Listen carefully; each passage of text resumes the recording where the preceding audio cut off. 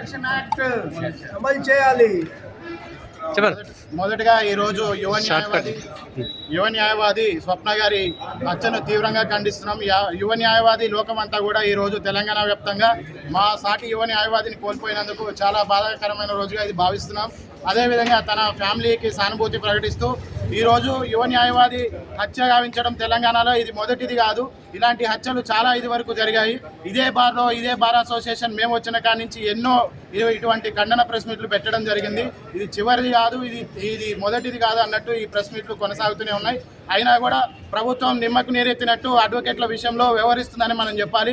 రేవంత్ రెడ్డి గారు ఒకరోజు ఈ రేవంత్ రెడ్డి గారు ఏ రోజైతే ఆ రోజు జైల్లో ఉన్నప్పుడు కూడా ఇదే న్యాయవాదులు అతని సైడ్ ఉండి అతన్ని బయటికి తీసుకొని వచ్చి ఈరోజు ముఖ్యమంత్రిని చేయడం జరిగిందని చెప్పి మేము అతనికి మళ్ళీ గుర్తు చేస్తున్నాం.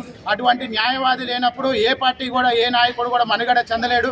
కాబట్టి మా న్యాయవాదులను బతికించాలి, మా న్యాయవాదుల రక్షణ చట్టం తీసుకొని రావాలని చెప్పేసి మేము డిమాండ్ చేస్తున్నాం.